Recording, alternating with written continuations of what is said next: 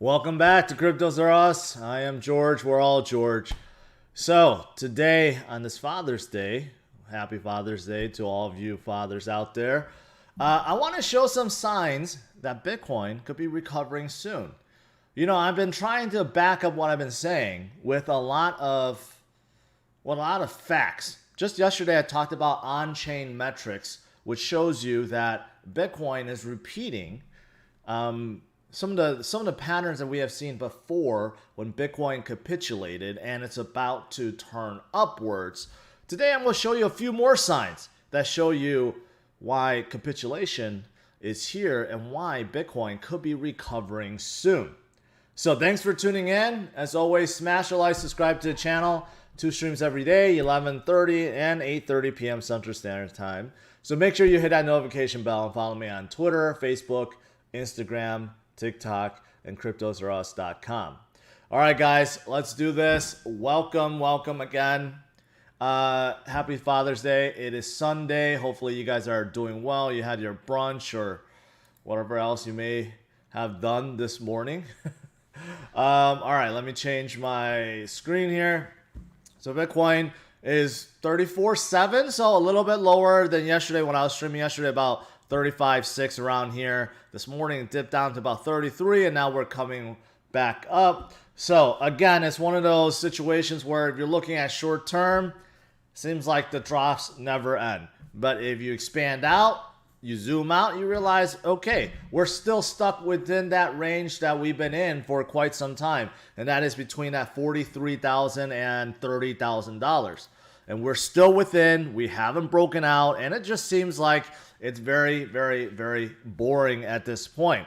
When is a recovery going to happen, right? Are we in capitulation? Is Bitcoin about to turn up, and can it finally break through $42,000? Well, I have a few signs. A few more signs. One that I don't think a lot of people connected the dots, but I did see a story and I do think it relates. So I'm going to show you what that means, and also something else that's also very, very encouraging. One second.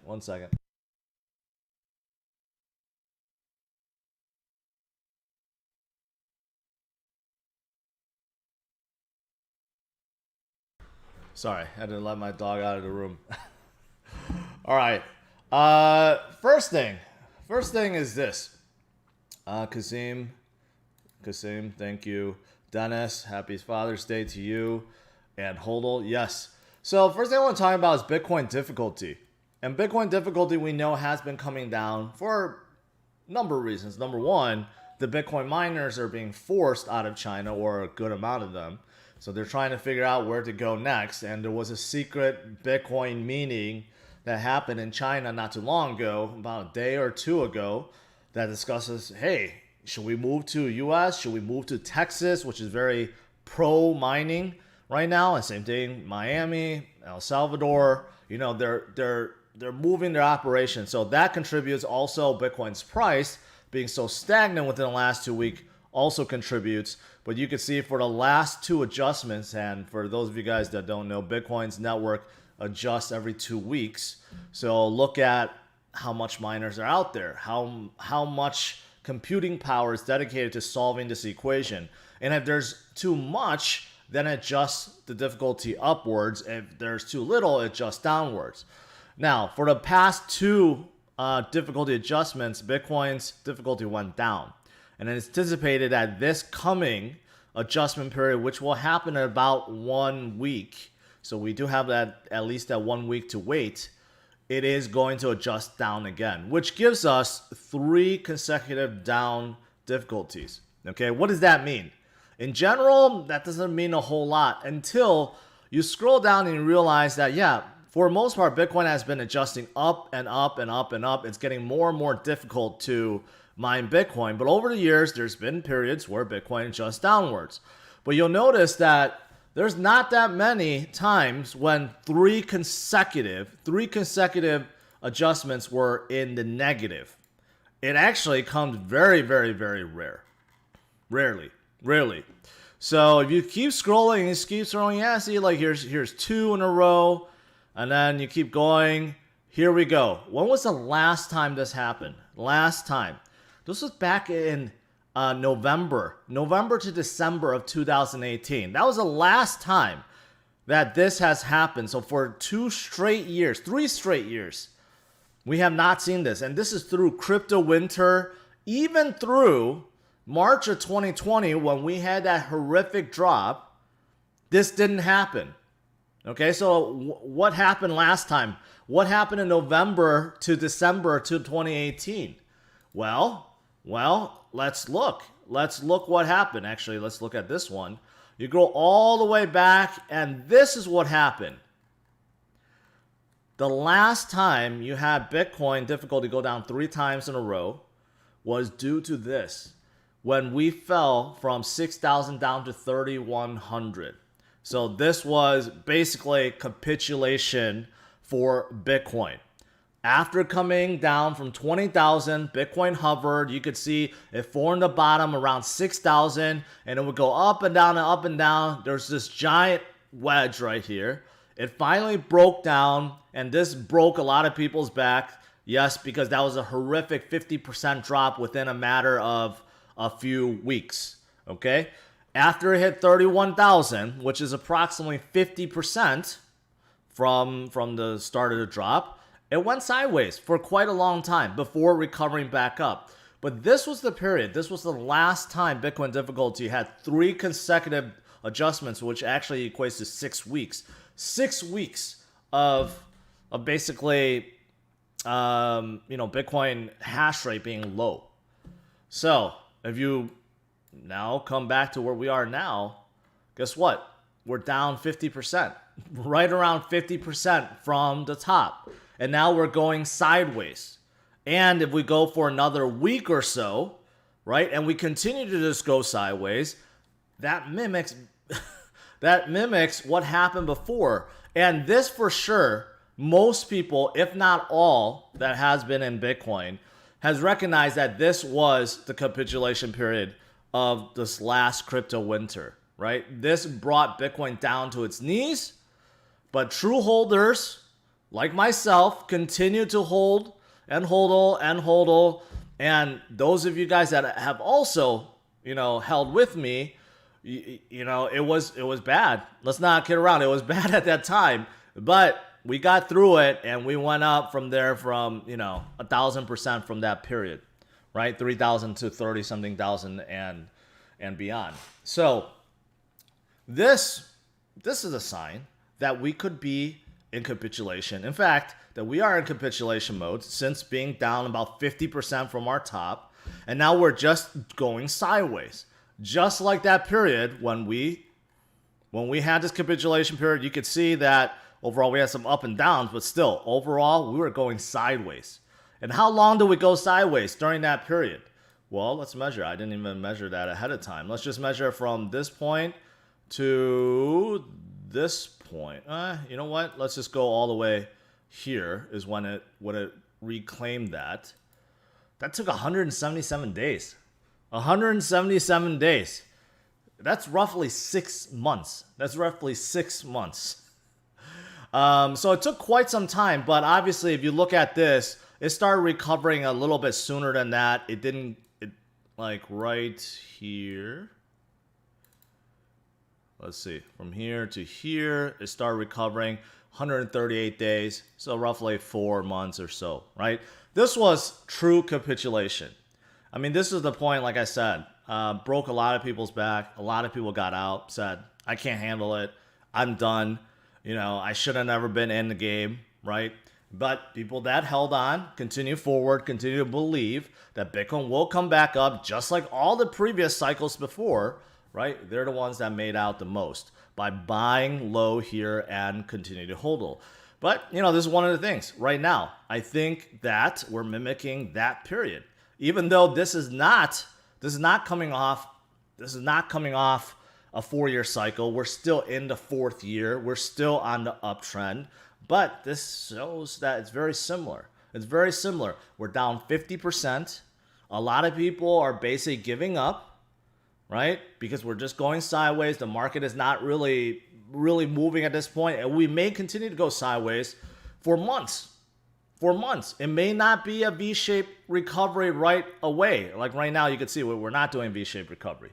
So it could continue like this for months before the latter half of this year, and then it continues forward.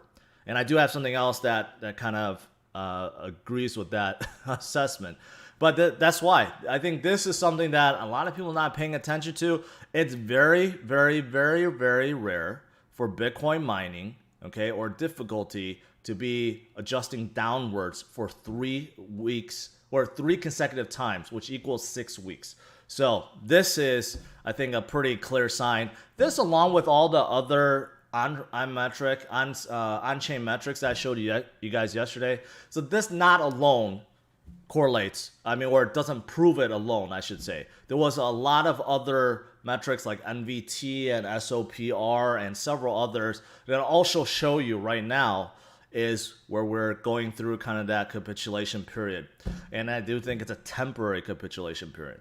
Something else that a lot of you guys already mentioned is that the shorts, right? A lot of people took note that the shorts on Bitfinex went sky high. And now it's started to come down because the people that are holding on to shorts are like, I'm not so sure. I'm not so sure that Bitcoin will continue to go down, right? What if there is a big rally? Then all these people are going to get wrecked, right? So the shorts are also coming down, which shows you that even the whales or the people that are betting against Bitcoin is starting to get fearful. This is not continuing upwards and upwards and upwards and upwards, right? Because there could be a massive short squeeze if that continues to happen. So this is also another sign that capitulation is here, that a lot of people anticipate that 30,000 could be our bottom, and we're just not going to go below 30,000, but we may hover between this 30 and 40,000 range for quite some time, right? So this is another positive sign. What else is there? Well, there's another one, and that is from our friend Plan B, who continues to state that, you know what, this is of course temporary, and according to his stock to flow model, the absolute worst case scenario for Bitcoin will be at 135,000 by the end of this year. That is the absolutely worst case scenario according to stock to flow model. Now, he made some predictions according to model. We could still see it, Bitcoin trade within a range of 43,000, 47,000, even all the way until September. I just got done saying we may be going sideways for a few months, right? Doesn't mean that we're going to come right back up. We could be going sideways for a few months. Then he anticipates it will start moving after September, 63,000 by October, and 98,000 by November. And worst case scenario is 135,000 by the end of the year, but it could be a lot higher than that. In fact, his higher range, upper range, will be $450,000 by the end of this year, which at this point, I know it just seems like it's impossible. It's impossible that there's no way that Bitcoin could go from 35,000 to 450,000 by the end of this year, right?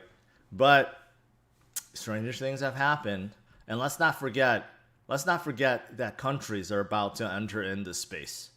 As good as public trade companies and hedge funds, investors, as good as they are in terms of the amount of liquidity to bring in, it's really no match when you have millions upon millions of citizens and businesses and countries that's about to enter Bitcoin, right? So let's not forget that the amount of money that's out there that's floating around that could be entering into space this year, not even later this year, could be astronomical.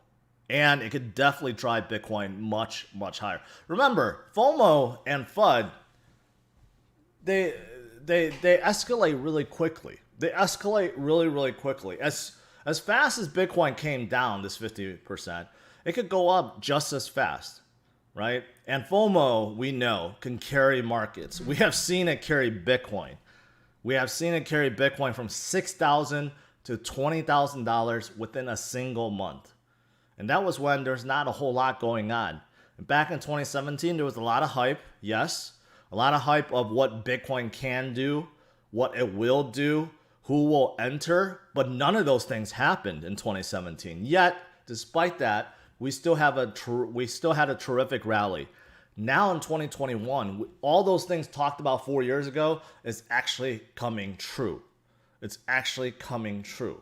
We actually do have companies that hold Bitcoin on balance sheet. We do have a lot more utilities and financial apps that allow people to buy, trade, and hold Bitcoin. We do actually have institutions and public trade companies that are actually buying and holding and offering services. I think I kind of mentioned that already, but now we also have countries that's buying it too, that's fully embracing it. These are things that were only talked about before, but they're all happening now. And let's not forget other kind of derivatives products that's coming out, such as ETFs, which was pending forever. Now we're about to have real Bitcoin ETFs that's coming on board. We already have it from Canada. So everything that was talked about before is now here now.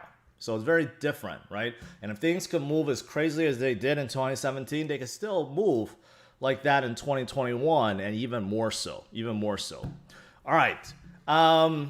With that said, two other things I want to talk about. Number one is we are entering. This is Sunday. We're entering the last week or the last Friday of this month, which means again we have futures expirations, CME futures expiration, and Bitcoin options expiration. So looking at Deribit, obviously last month, you know, my prediction based on Max Payne was wrong, and that's because I think there was just too much fear. It's just too much fear. There's no way that the whales could have drove it to that high. It was at $50,000 at that point. This time around, looking at June 5th right here, hopefully that shows up on the screen. Yes, it does, right over here, or right above my camera.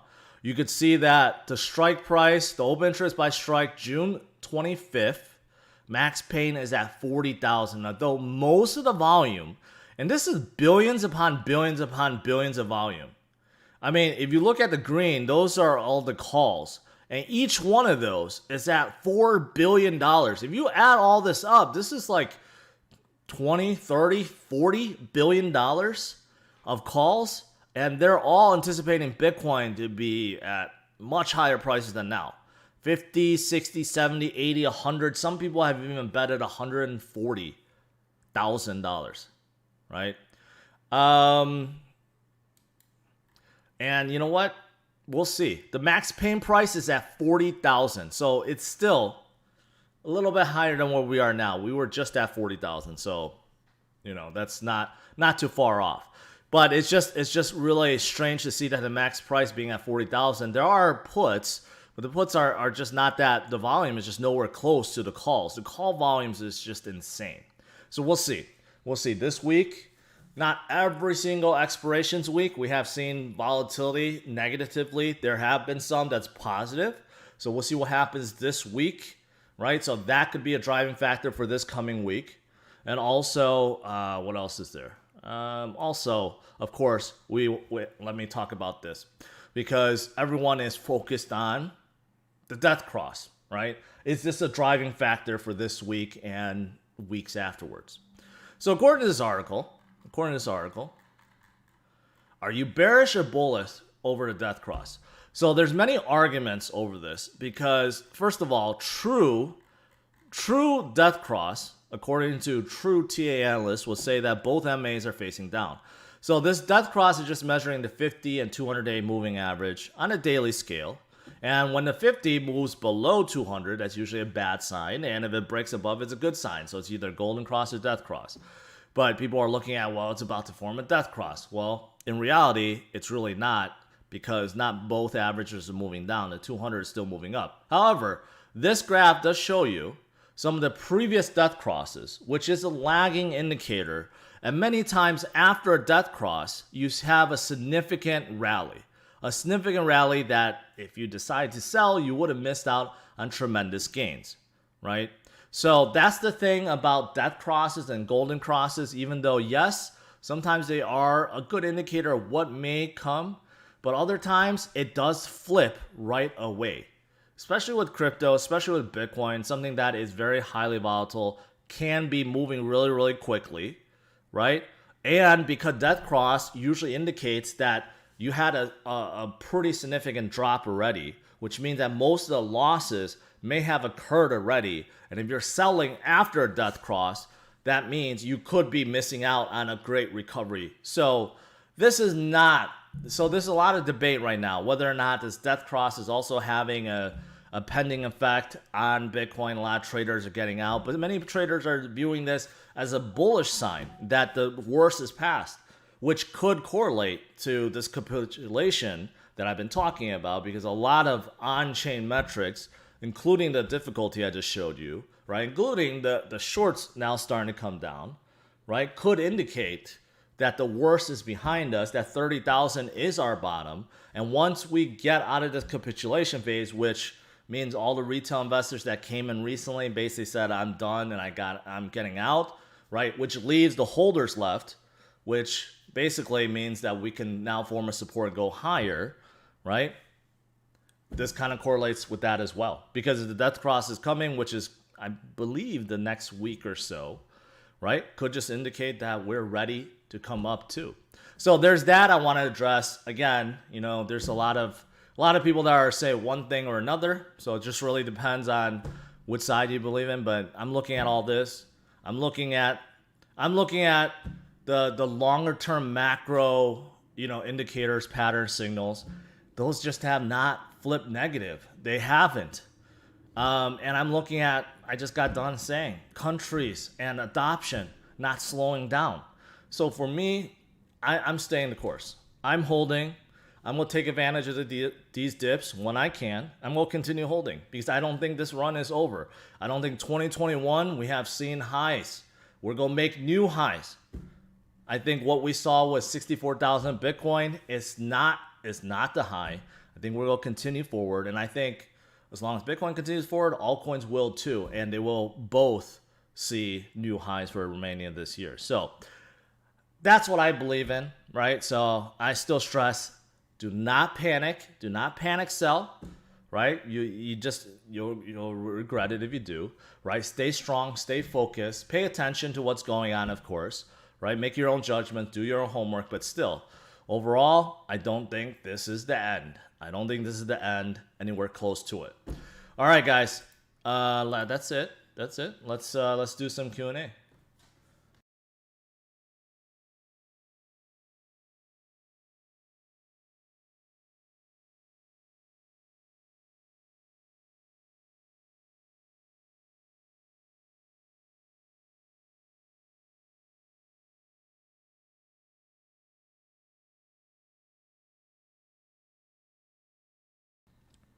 Jason, I did define it. I said months.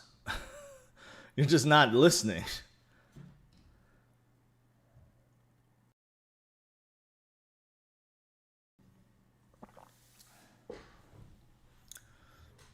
See, this is also how you could tell capitulation is here. When the number of negative comments and haters start increasing, which shows you the number of retail people that have come in recently and they're not feeling good about it, so they have to take it out on everyone else. That's another sign that capitulation is here. So when you start seeing that increase, and I'm definitely seeing that increase, right? So here's the funny thing, like haters or people that have lost a lot, they like to blame everyone else. And then also, they like to bring everyone else down. Here, the funny thing is, if you're not cut out for crypto or you don't believe in it, you believe in a FUD, you really think that it's not going to go anywhere, it's a Ponzi, right? Then just leave. Then leave. But the thing is, so many stay around, continue to spread FUD, right? Because they feel miserable and they want to bring everyone else down. So that's the only thing I hate when I see haters in the channel or my comments, because they're trying to bring everyone else down. I don't get it. If you really believe that it's not for you or you don't believe in it, then just leave the market, right? But I think that's another sign that shows you we're in capitulation right now.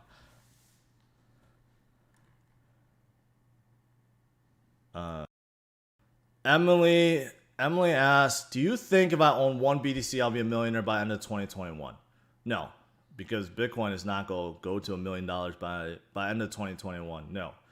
by the end of 2024, 2025, maybe by the next cycle, but not this cycle, not this cycle. Man, chat is floating really fast. Sean Walker, I just showed it yesterday. No, because it's a freaking 5-hour long interview. I caught bits and pieces of it. Talked about yesterday. In fact, my video yesterday was about Goguen and how that's coming within 90 days, smart contracts. But that interview was just way too long. Way too long.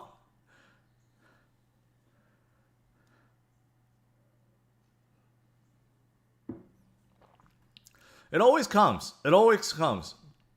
I mean, you know, it's natural to question whether or not your belief is right? Like, yeah, it's natural to, even if you're a bull, it's natural to question, maybe I missed something. Maybe we did hit a top. Maybe we are in a bear market, right?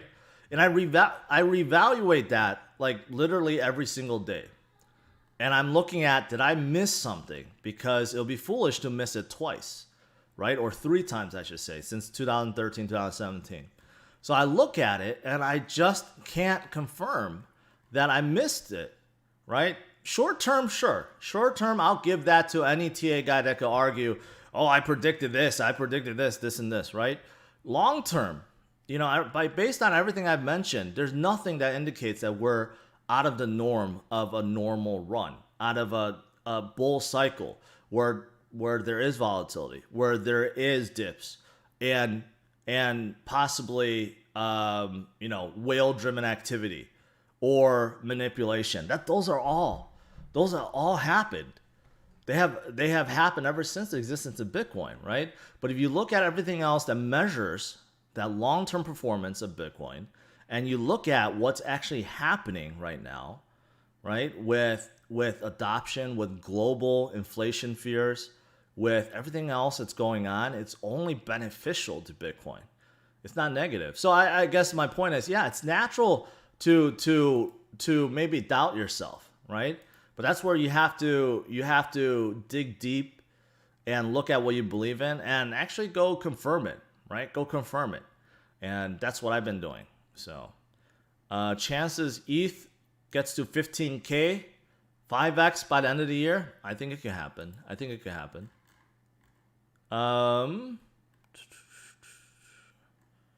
What else there?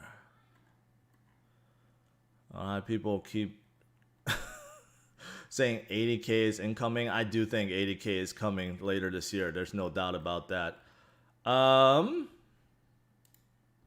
Carl, thank you for that. Haters and futsters are not George. I agree with that. Happy Father's Day to all fathers. No worries. Tsunami money coming in. I believe that. Did you see the post on Reddit about shills paying people to post negative comments about crypto? Who's paying? I'd be curious to see who's paying. But again, that would not surprise me. Too. That's part of manipulation. I mean, I've been mentioning so much about banks and its ESG movement and the IMF and everyone else, right? There's all these negative stories that come out on CNBC, Bloomberg, or wherever, right? They're all paid for articles. And that is basically posting FUD, right? So it would not surprise me that there's more people that actually pay to make comments on social media. That would not surprise me at all. Card stack. Yeah, I haven't looked much into it.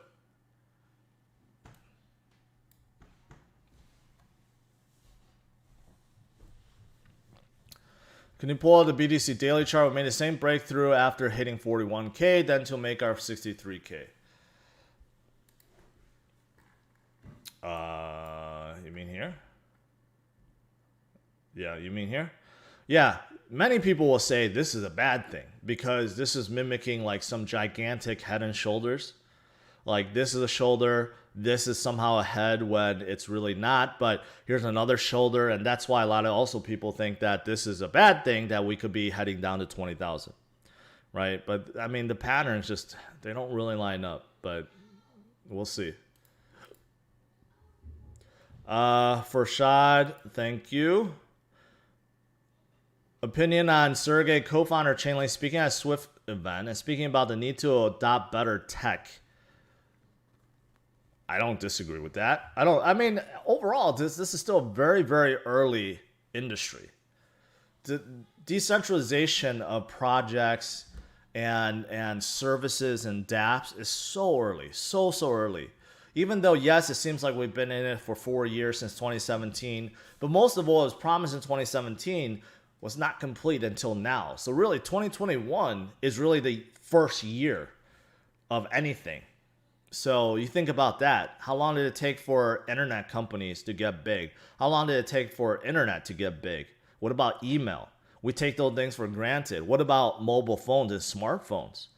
It took decades before things got popular. Even the smartphone. The first iPhone came out years. People didn't do anything with it because there's no marketplace for it. And even when there was a marketplace for it, dApps are not as good as they are now. All the major social apps and banking apps and everything other apps that you used on a daily basis, they didn't come out until 10 years later, right? So it takes time for good adoption and usage to come aboard. So you have to remember that. And most of the things that's promised in 2017 is now coming to fruition now in 2021. So really now is the start. So think about from now to 10 years to 2030 and 2030 and beyond, right? Think about how different it'll be then.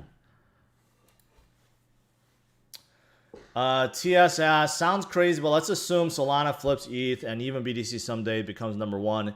If that was to happen, reasonable to expect Solana, Donna, DEX, NFT, and meme coin to take over top 20? Not necessarily, no.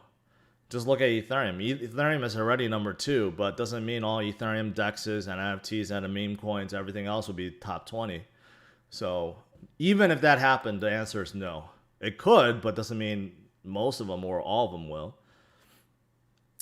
Hey, George, other than holding, what do you do in winter and how do you see it being different? There's really nothing you could do in the winter besides 2 things. One is to continue to hold. Well, no, 3 things. One, you can sell. You could sell and take a loss. That would be, I think, the worst thing to do in the crypto winter. Second thing to do is just hodl, which is fantastic. And third thing to do is basically buy more. Right? Now, you could also stake. You can make passive income. I've mentioned that. I created a video about that. Obviously, you could do that. But ultimately, what you want to do during capitulation periods and winters is to buy more. That's when you get the most gains. You buy low when things are very, very low. Dollars, pennies for a dollar. That's the name of the game. So for many people that say, well, I put it all in already, I have no more money. Well, then go make some more money. I mean, honestly, that's the thing. You have to hustle, right? Hustle, get some more money, and be able to put in, right? So most people that done that during crypto winter were the last few years. Even, you could say, beginning in December, when Bitcoin was still under $20,000. Even if you got in here, not even, let's say, 2 years ago or 1 year ago, even here, you would still be up hundreds to thousands of percent, right? So you have to look at it that way. Everyone keeps measuring from the top to where we are. No one measures from the bottom to where we are, right? So that's how you have to view it. What are your thoughts on Rack and Bobcat mining units? I've never heard of it. Never heard of it. I don't know. For shot, another big one. Thank you. Thank you. What did you add in personal profile in the last few weeks? I added a bit more Bitcoin, a bit more bigger caps like Cardano, Polygon. I added a little Telcoin and a little bit, I forgot, what was the other one? Yeah, Solana. And actually, I added quite a bit. I added a little more Theta and VeChain too. A lot of the ones I keep repeating to you guys about are honestly the ones that I've been adding to because I believe in them so much, right? I've been telling you guys, big caps, you can't really go wrong because they hold very well during declining periods, but also they recover very fast, and they have huge potential still, even though they're a big cap, right? So that has not changed. For shot, another big one. Thank you. May I have your thoughts on BMXX or Forca Ave on Binance Smart Chain? You know, someone I just saw something that had that.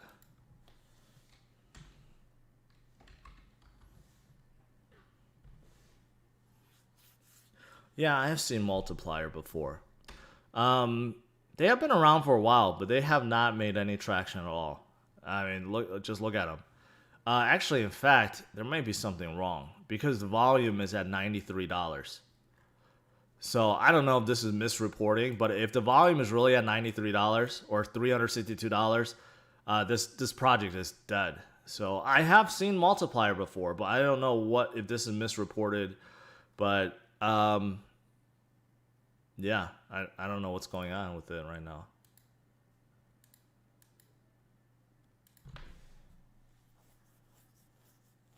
If you run out of fiat, are you tempted to perpetual futures market? I say 2x. I have done it before. I've done it all. I've done futures. I've done leverage. And then in the end, I say they all cost me more than they have gained, honestly. Because it's just too unpredictable. You don't know short term how fast things move, right? So buying and holding has made most compared to anything else. For shot again. Thank you.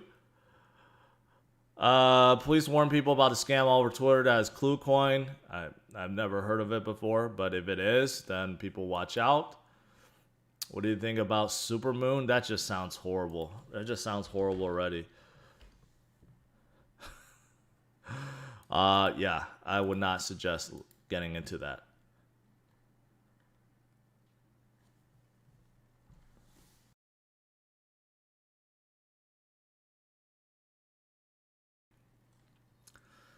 T-Flush asks, when you stake, are your coins still in your custody? It depends. In most cases, no. In most cases, no. Like for Cardano, for example, if you put into their pools, you are still in custody of it. It's still within your Ledger wallet. But if you're putting it into, say, BlockFi or Celsius or something, no, they're in control, technically. But of course, they're legitimate companies, so it's unlikely that they go bankrupt or rug pull or exit scam. But still, they are in your control. For most projects, if you stake in, they are in control. Even yield pools, yield farms. That is why if there is a rug pull, then you tend to lose money, like what Mark Cuban had to go through recently with Iron Finance. So, random structure. What do you think about Everrise buyback token economics? Never heard of that project before. Sorry, I don't know. Never heard of them before. What cold storage wallet would you recommend and why? I mean, I've always used Ledger. I'm just more familiar with it. They have two wallets. Pretty easy to use, very secure, like triple authentication. But the same thing with Trezor. Trezor also has very good lineup. I've never used them before. But Trezor and Ledger would be the two biggest. When do you think we will hit mass adoption, or at least 500 million crypto users? That could be around the corner. I mean, with all the major financial apps out there now, like PayPal, Cash App, Square, now you can put in Robinhood, you have brokerage apps, you can put them in there too. Robinhood, Webull, eToro, and let's not forget Apple Wallet, Apple Pay will be integrating crypto as well. I mean, if you have all these popular financial apps, right, that is about to be embraced by everyone. I mean, that's pretty close, right? That's getting up there. That's hundreds of millions of users. But then let's not forget about the countries that's onboarding. That's bringing millions and millions of people. Yes, El Salvador is small, 6 million people. But what about every other country that's following? And what about someone big like Nigeria, which is 200 million users, right? So that's all coming. So they could be sooner than we expect. How can a normal person with not much experience do HNT mining or other cryptos with having big rigs? It's pretty easy. Like HNT is pretty easy. You know, I have members in Patreon that are running it, and I'm trying to get an article on CryptosRUs.com too. That'll help you. But there's a lot of little like miners that you could set up. A lot of these miners, I mean, or staking, just requires you to have tokens and put in their wallet, and you click stake and that's it. You don't even have to buy anything. You don't have to really run anything. You just have to put in the wallet. For example, Theta's like that. Theta, you just have a wallet you put in there and you stake. It's as simple as that, right? So there's many forms of mining.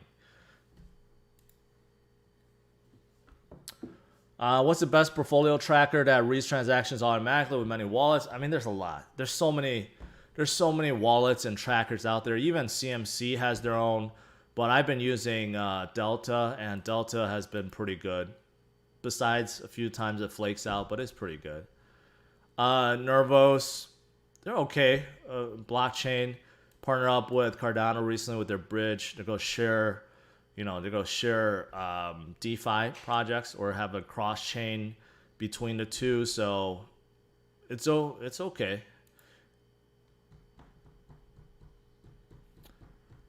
Hop Life endorsed. I don't know. Steve Wozniak in crypto is not really big in anything.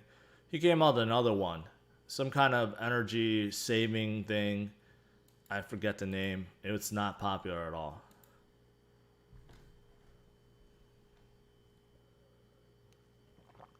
Naveen, I don't know. You tell me. You tell me. All right, Paul, happy Father's Day.